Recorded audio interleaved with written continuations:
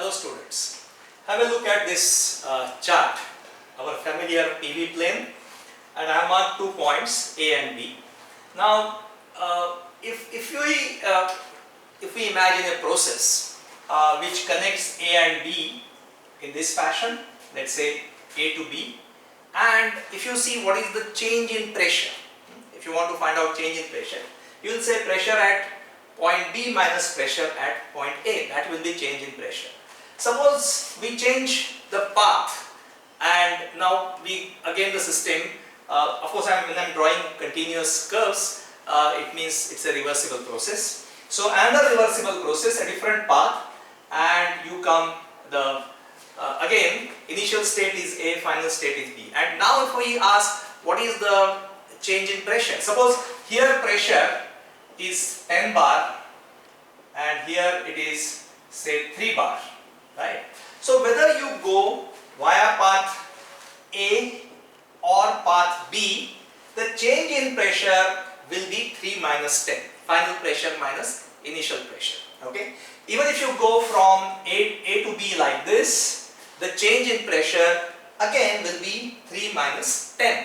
It doesn't depend upon the path the system takes. So change in pressure during a process is independent of the path, right? You can take any path, right? That means you have different processes, and the change in pressure remains same pressure, because pressure is a property, and property is not a path function. It doesn't depend upon path, but it is a state function, right? So this is something which you know. Instead of pressure, I could say temperature, volume, internal energy, any property, enthalpy. So change in that property doesn't depend upon the path, right? The path the system follows. It ultimately depends upon the end states. So it's a state function. Property is a state function. This is something which you already knew, but I wanted you to just recollect that. Now we are discussing entropy, and what we are going to do now is we continue with the same thing but some difference. Let's say now I am choosing the same points A and say here is point B. A system is at state A, and by following a path, let's say it's a reversible process, following a reversible process, the system reaches state 2. Let's say that this process, reversible process, is this, okay?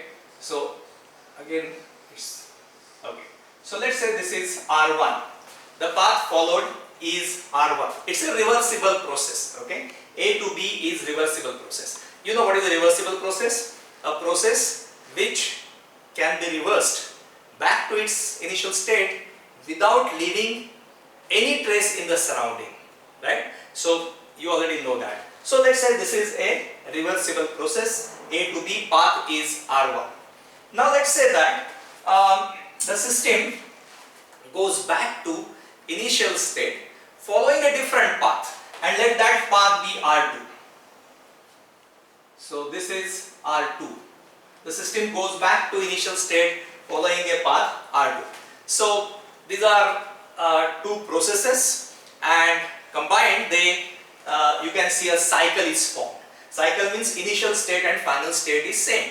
A to B, B to A, however the paths followed are different. Now you might recollect that during the last video lecture, we proved Clausius theorem. What was Clausius theorem? Clausius theorem stated that cyclic integral of dq by t, cyclic integral of dq by t is equal to 0, but the process cycle should be reversible, right? Cyclic integral of t for a reversible cycle is 0. This was Clausius theorem. Now let's apply the same theorem to this, because this is a cycle is executed. So one can say that following this, you can say that same thing applies over here, because this is a cycle. So this is dq by t, cyclic integral of this is equal to 0, and this is for a reversible cycle. Okay. It also means, let's break up this cycle. That means it is A to B, that is following following path R1. So I can write the same thing as integration A to B following path for R1, we can say dq by t plus B to A, right? B to A following path R2, again dq by t is equal to 0.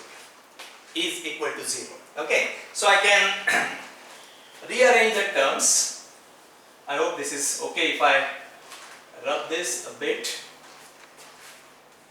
So this is our B. Okay, so here I can say dq by t A to B, this was path R1, is equal to minus for path R2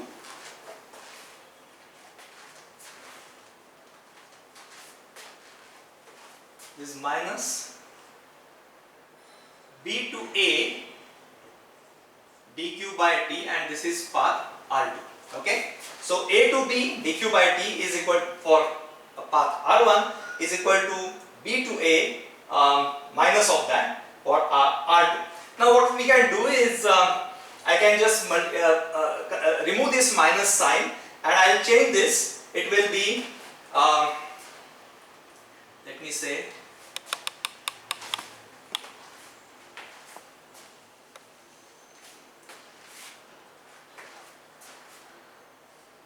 so I can say this as A to B R1 is dq by t. I am removing the minus sign and I will reverse the integration. That means this will also be A to B, path will be R2 dq by t.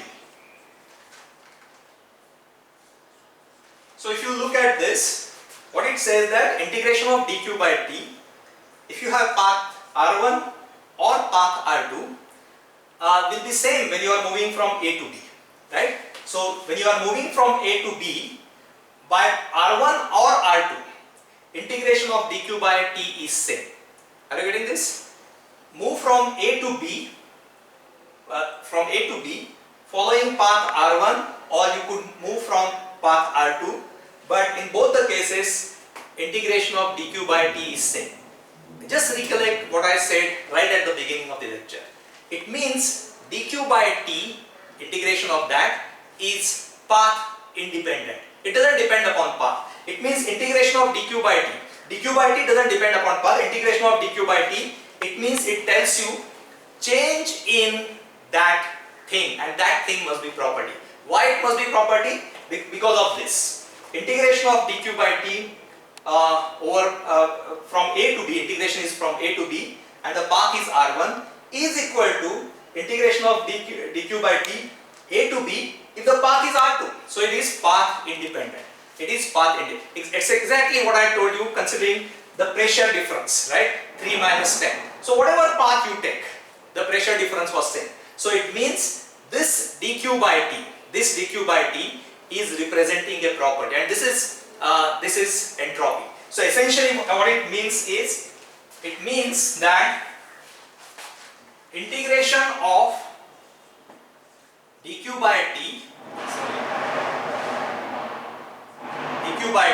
for any reversible paths, let's say A to B, it means SB minus SA, where SB is that property, we call this entropy. So entropy at point B minus entropy at point A. Remember I said that initially we considered pressure at S10, here pressure at S3, and change in pressure was 3 minus 10, whatever path the system opted to reach that point, right? So now here exactly same logic, and we say that it means logically dq by t is also representing some property. So integration of dq by t is, you are moving from A to B, follow any path. Integration of that will be entropy at point B minus entropy at point A. Except that this path has to be reversible. This path has to be reversible. That's very important.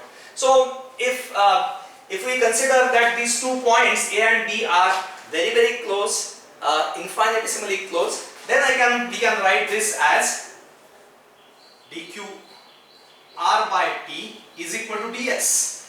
This is SB minus SA. I reduced it to ds. If you take them very close to each other, then I'm just rearranging this. Instead of this would have been called as delta S, is SB minus SA.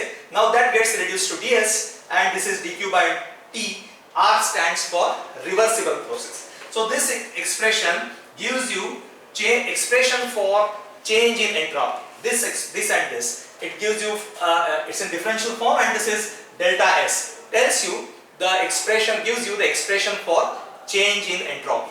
So what we have proved is that entropy is a property, and we also have the expression for finding out entropy change. Thank you.